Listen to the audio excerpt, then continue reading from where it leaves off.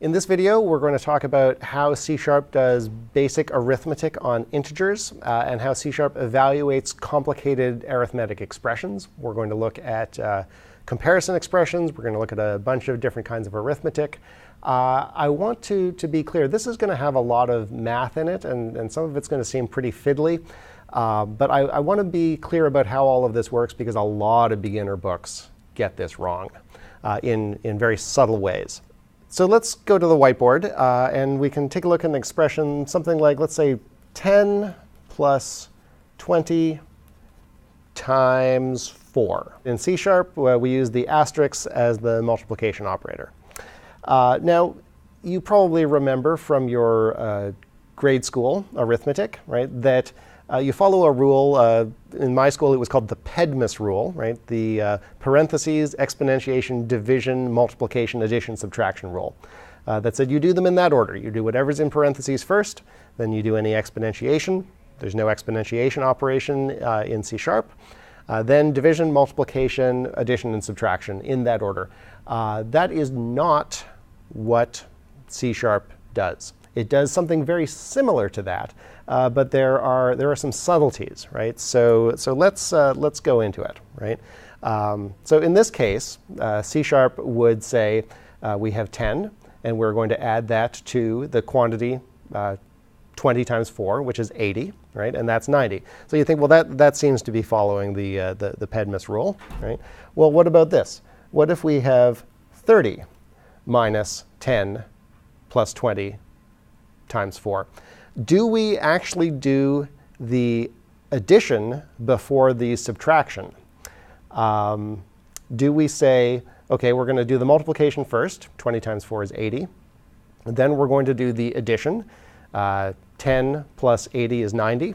And then we're going to subtract that from 30, and we're going to get negative 60. No, that's not what we do. The Pedmus rule is actually a bit of a lie, right? The Pedmus rule is actually that you do the multiplications and divisions first in order from left to right. Then you do the additions and subtractions in order from left to right. Right? So it's also not quite correct to say that the multiplication is done first, right? The actual rule in C# is what we do is we insert parentheses and until the expression is fully parenthesized. And the way we insert parentheses is first to insert parentheses around things that have multiplications in them, like that, right? Then going left to right, insert parentheses around things that have subtractions and additions in them. So this subtraction is to the left of this addition. And now we have a fully parenthesized expression, right? So these rules are called, first, the precedence rules, right? That multiplication is higher precedence than addition and subtraction, right? And what are called the association rules, right? The association rule is that things associate to the left, right? So because subtraction and addition are of the same precedence, the association rule says the subtraction that is on the left has more precedence than the addition that is on the right. All right. So now, once we've done this, does C# say, what we need to do is we need to do the multiplication first, right? Do the 20 times 4. And then we need to, because the multiplication is higher precedence, and then we need to do the subtraction, and then we need to do the addition. That's actually not what happens. Once the expression has been fully parenthesized by the C# compiler, it just goes left to right, because that's all that it needs to do, right? It can say 30 minus 10 is 20, right? It can get the right answer there. It can say 20 times 4 is 80, and now it can add the 20 and the 80 and get 100, right? All right, so that gives you the basic idea. We're going to look at some more complicated examples later on in this video. But right now, I want to go into Visual Studio here. And first of all, verify for you that what I said is in fact correct, right? If we have 30 minus 10 without parentheses, and we have 20 multiplied by 4 without parentheses, and we debug into this program, so I'm just going to hit F5 here. We'll hit this breakpoint. Right? And now we can look in the locals window, and we can see that, yes, in fact, I is 100. All right, so that's good. Right? Okay, well, let's give a different value to this variable I here. Let's say that I is 23 divided by 2. Right? And I should probably say what all of these operators are. Right? So just to be formal about it, there are addition, subtraction, multiplication, division, and remainder operators. You might not have heard of the remainder operator, but we'll talk about it. Each of them takes 2 operands. So here we have a division of 23 by 2. So what is it going to be? Well, we've said that I is an integer, but 23 divided by 2 is not an integer. So might this be an error? Well, no, it's not an error, because if it were an error, then we would have a red squiggly under it, and we don't. Right? So this must be legal. Let's actually just find out. Let's just hit go, and we'll see what value I has. I has the value of 11 here after the 23 divided by 2 is computed. OK, well, apparently it's rounding down. Let's try 23 divided by 4, right, and see what happens there. Well, now I has the value of 5. So it still seems to be rounding down, even though the correct answer, in a sense, is 5 3/4, which you might think would round to 6. It's still rounding down to 5. OK, well, now let's try another little experiment here. What if we have negative 23 divided by 4? Now this illustrates something that I have not mentioned to you before, and that is that there is a unary minus operator in C#. And the unary minus operator is different than the addition, subtraction, multiplication, division, and remainder operators in that it only takes 1 operand. Those others all take 2 operands. They are called the binary operators because they take 2 operands. The unary minus operator takes only 1 operand, and it does exactly what you'd expect. Right? If the expression is 0, it stays 0. If the expression is negative, it becomes positive. If the expression is positive, it becomes negative. All right, so we can apply this unary minus operator to 23 divided by 4. Right? And what happens with this? Well, let's find out. All right, well, negative 23 divided by 4 is apparently negative 5. So our theory before that this is rounding down is not exactly right. It's rounding down in the sense that it's rounding towards 0. Right? And so it's discarding the fractional part, essentially. And this should make sense. You would not expect 23 divided by 4 to be 5 and negative 23 divided by 4 to be negative 6. It kind of doesn't make sense that the magnitude of a quantity should change just by changing the sign. Right? But this fact has some interesting consequences later on. All right, let's take a look at that remainder operator. What does that thing do? Well, let's try it and find out. Right? We'll say, before we said 23 divided by 2, this time we'll say 23 remainder 2 and see what happens. Well, I is apparently 1. OK, that's interesting. Well, what if we choose 4? And now the remainder is apparently 3. All right, so what's going on here is the division operator rounds towards 0. The remainder operator gives you the remainder that was discarded, essentially. Right? So when you divide 23 by 4, you get 5 with 3 left over. There's the 3 that were left over. When you divide 23 by 2, you get 11 with 1 left over. The remainder is the 1 left over. All right, so now here is an interesting question. What is negative 23 remainder when divided by 4? It's negative 3. Now, this point confuses a lot of people, right? But it all makes sense, right? We know that negative 23 divided by 4 was 5, right? So how many too big was negative 23? Well, it was negative 3 too big. Right? Now, there's another justification for this, and we'll go back to the whiteboard real quick here. Basically, what we want to say is the quotient is equal to 1 operand divided by another operand. Right? The remainder is equal to 1 operand percent the other operand. Right?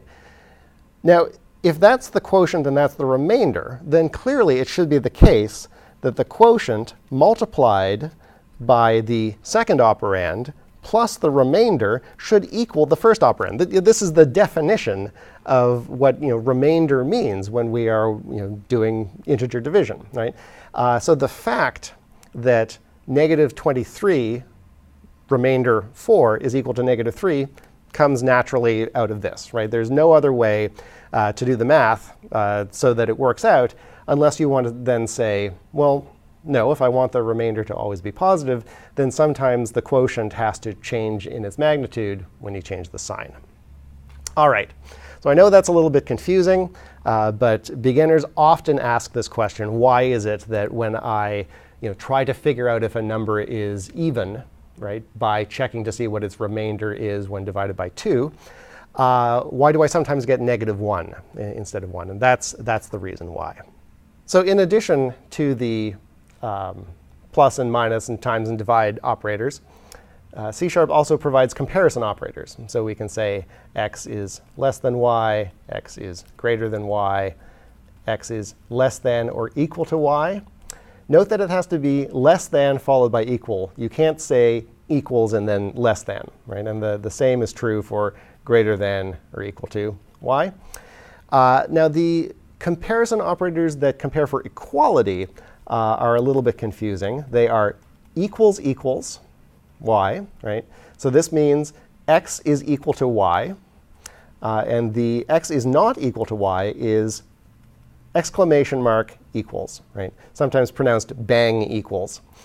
And the reason for that, the reason why we use a double equals, is because the single equals is already taken for the assignment operator, right?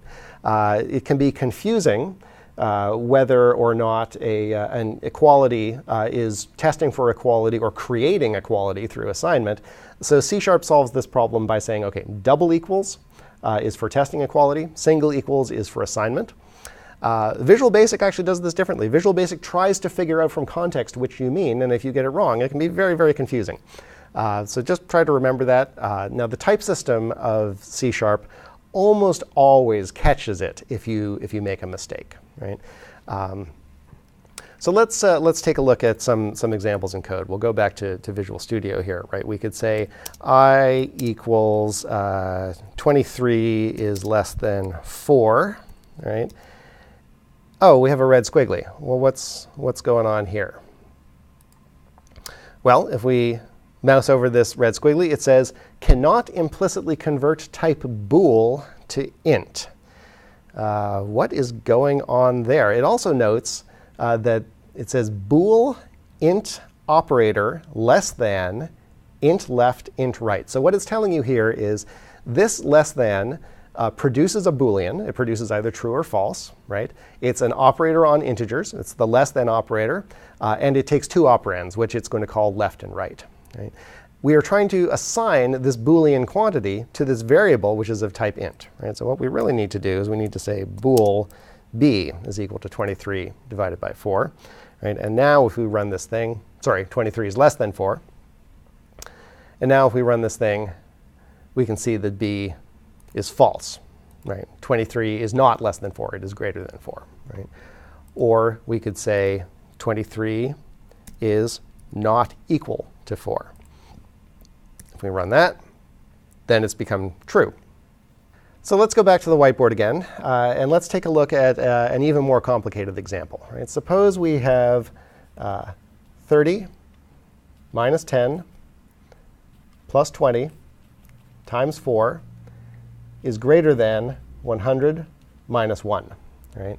So how would C# deal with this? Well, we know that multiplication is higher precedence than addition and subtraction. It turns out that addition and subtraction are higher precedence than the comparison operators, right?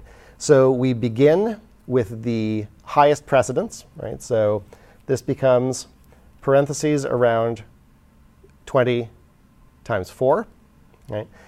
Then we go left to right, right? Now we have three operations that are of the same precedence. We have two minuses, two subtractions, and an addition. those are all of higher precedence than the greater than, right? So we'll go left to right. So this one is on the left. This one, this plus, is even more left than this one, which is on the right. And now we're done. Now we have a fully parenthesized expression.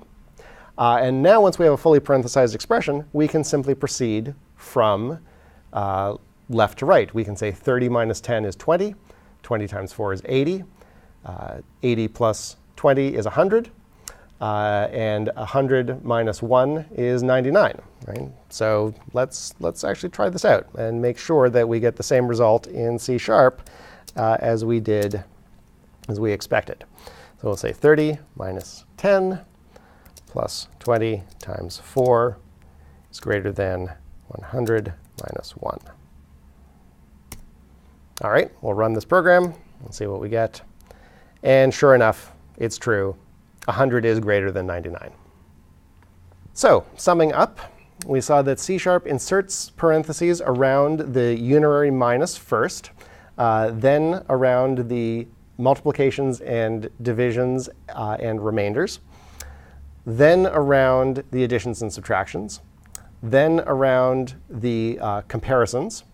And in fact, there's two levels of comparison. It is very rare to have expressions that have both less than and equals expressions in them, but it can happen in some rare cases. And in those cases, the less thans and the less thans or equals are parenthesized before the equalities and inequalities. And then once all of the parentheses are inserted, then it evaluates left to right. Now, if you want to make your code more clear, you can always insert parentheses yourself. And you can always insert parentheses that override these rules. Right? If you want to say, oh, no, I really wanted to multiply. When I said 10 plus 20 times 4, I really meant 10 plus 20 is 30 times 4 is 120. You can always insert the parentheses yourself. Right? We saw that arithmetic on integers always produces integers, even division. We saw that integer division rounds towards 0. We saw that the remainder operator can be negative, and we saw that comparison operators always produce Booleans.